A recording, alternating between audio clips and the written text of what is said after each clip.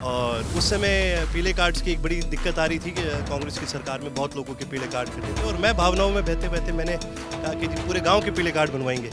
तो अभय सिंह जी ने मेरे को वहीं टोक दिया और बोला बेटा बात वही करो जो आप पूरी कर सको। तो यहाँ की मैं दक्षिण हरियाणा की एक आपको बड़ी समस्या बताता हूँ। जिस हिसाब से आपने बताया सिद्धार्थ का पैर मुड़ गया, मैं ज़रा पूछना चाहूँगा वो किसी सड़क पे गड्ढे के अंदर मुड़ा होगा।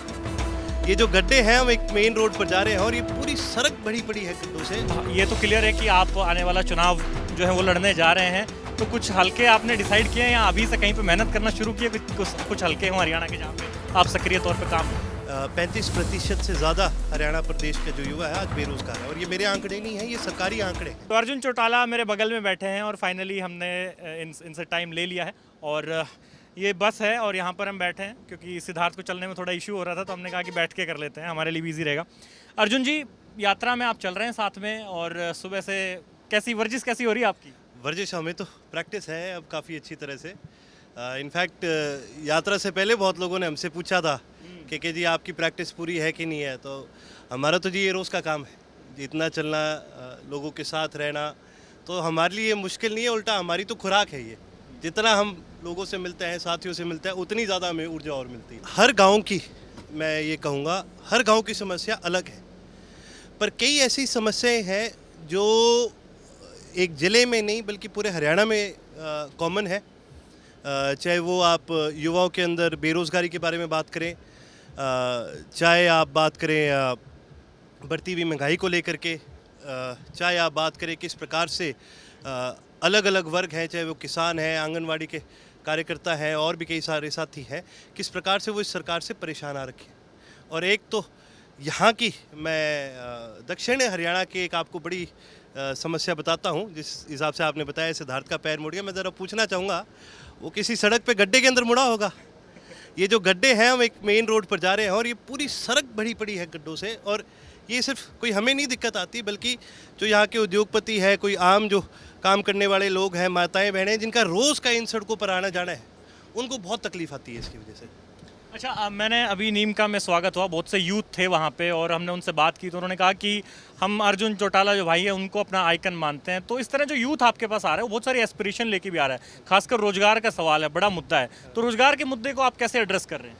देखिए जी, रोज़गार एक बहुत ही गंभीर मुद्दा है हरियाणा प्रदेश के अंदर। 35% से ज़्यादा हरियाणा प्रदेश का जो युवा है आज बेरोज़गार है और ये मेरे आंकड़े नहीं हैं, ये सरकारी आंकड़े हैं। बड़ी दुख की बात है कि इस तरह के आंकड़े तक हमारा प्रदेश आज के दिन पहुंचा है।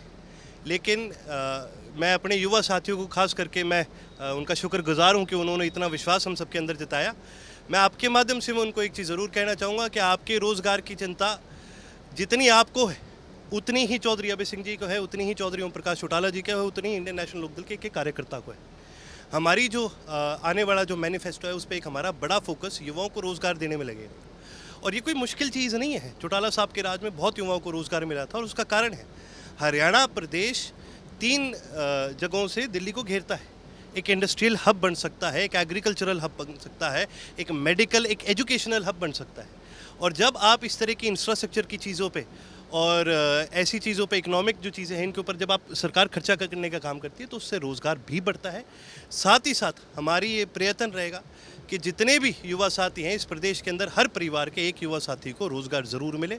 साथ ही साथ जिन साथियों को ना मिल पाए रोज़गार, ताकि उनको समय मिले, उनको सरकार की तरफ से मदद मिल सके कि वो अपने पैरों पे खड़े हो सके।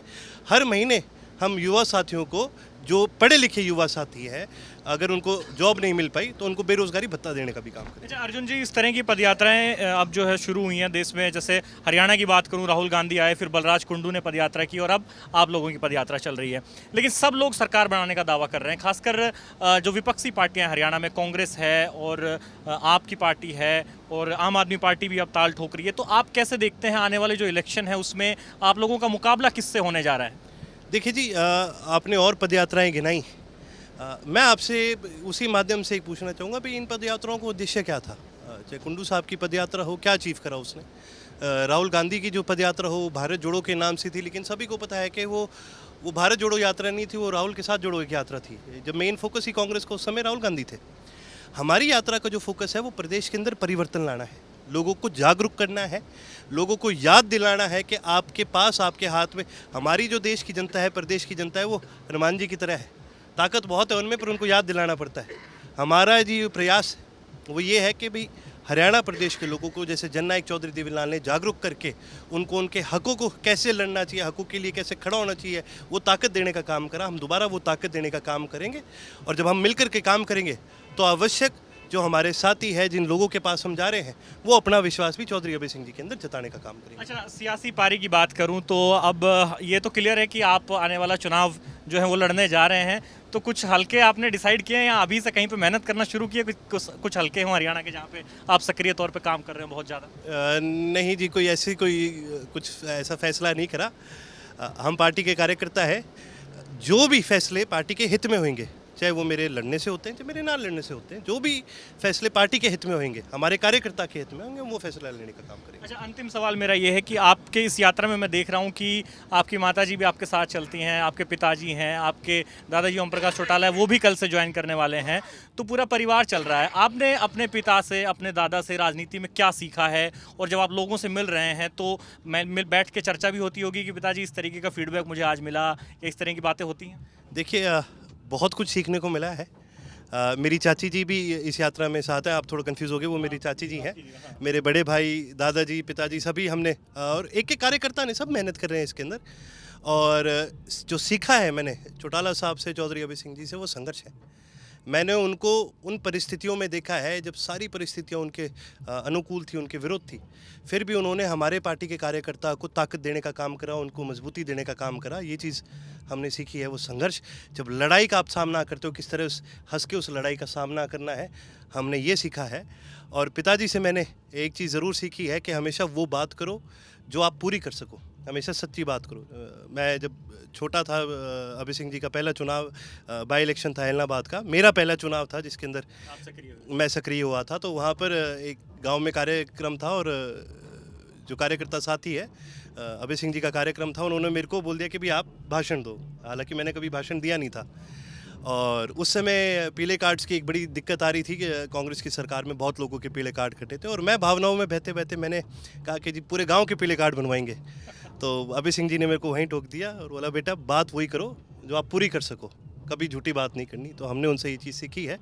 इंडियन नेशनल लोकदल वो पार्टी है जो जेब से धनी होने के नाम से तो नहीं जानी जाती, लेकिन जुबान के धनी हम हैं। तो अर्जुन चौटाला कह रहे हैं कि आईएनएलडी जो लोकदल है वो जुबान की धनी है, और ये जो संघर्ष यात्रा इनकी चल रही है, इनको पूरी उम्मीद है कि इसका जो नतीजा है वो इनके पक्ष में रहने वाला है। तो ये यात्रा इसी तरीके से हम कवर करते रहेंगे। आप बने रहिए हरियाणा तक के साथ। धन्यवाद।